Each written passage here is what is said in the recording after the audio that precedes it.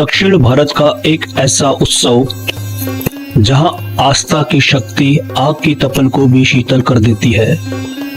यह त्योहार है थीमिथी। तमिलनाडु के गांवों से लेकर सिंगापुर के भव्य मंदिरों तक हर साल हजारों भक्त दहकते हुए अंगारों पर नंगे पैर चलते हैं।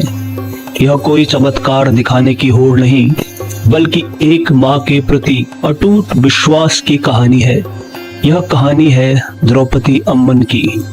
चेन्नई के ऐतिहासिक कोंडीथोप द्रौपदी अम्मन मंदिर में यह उत्सव करीब 20 दिनों तक चलता है।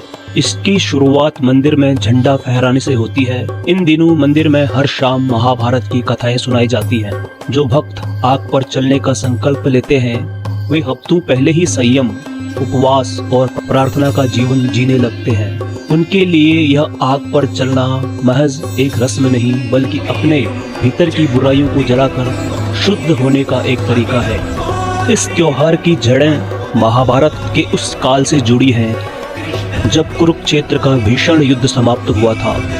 पांडवों की जीत हुई, लेकिन द्रौपदी के मन में कई घाव थे। तो कथाओं में कहा जाता है कि युद्ध के बाद अपनी शक्ति और पवित्रता को दुनिया के सामने रखने के लिए द्रौपदी ने अग्निपथ को चुना। जब वे उन धधकते अंगारों पे चली तो उनकी दिव्यता के कारण वे अंगारे ताजे खिले फूलों की तरह ठंडे पड़ गए। इसी निडर रूप के कारण दक्षिण भारत में द्रौपदी को केवल एक रानी नहीं, बल्कि अम्मन यानी देवी माँ के रूप में पूजा जाने लगा। तमिलनाडु में द्रौपदी अम्मन के 400 से भी ज्यादा मंदिर हैं जहां यह उत्सव मनाया जाता है। इन मंदिरों में यह उत्सव केवल एक दिन नहीं, बल्कि 18 से 25 दिनों तक चलता है। यह उत्सव अक्सर जुलाई, अगस्त या अक्टूबर, नवंबर तमिल महीनों के अनुसार मनाया जाता है। उत्सव के आखिरी दिन सुबह 4 बजे भक्त पास की नदी या तालाब में स्नान करते हैं और पीले वस्त्र पहनते हैं।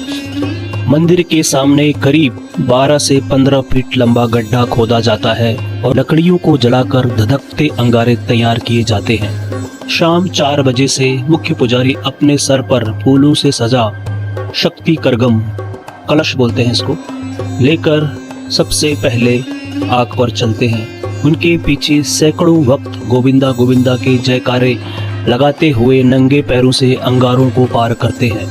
आग पार करने के तुरंत बाद भक्त दूध से भरे एक छोटे कुंड में पैर रखते हैं। माना जाता है कि द्रौपदी की कृपा से उनके पैर नहीं जलते। अगले दिन मंजल नीर यानी हल्दी के पानी से स्नान के साथ उत्सव संपन्न होता है। थीमिथी हमें सिखाता है कि कठिन से कठिन परीक्षा भी पार की जा सकती है, बस मन में शांति और माँ का नाम होना चाहिए। कैसी लगी आपको तमिलनाडु की यह अनोखी परंपरा? अगली बार हम चलेंगे एक और अनसुनी कहानी की तलाश में। अपना ख्याल रखिएगा। धन्यवाद।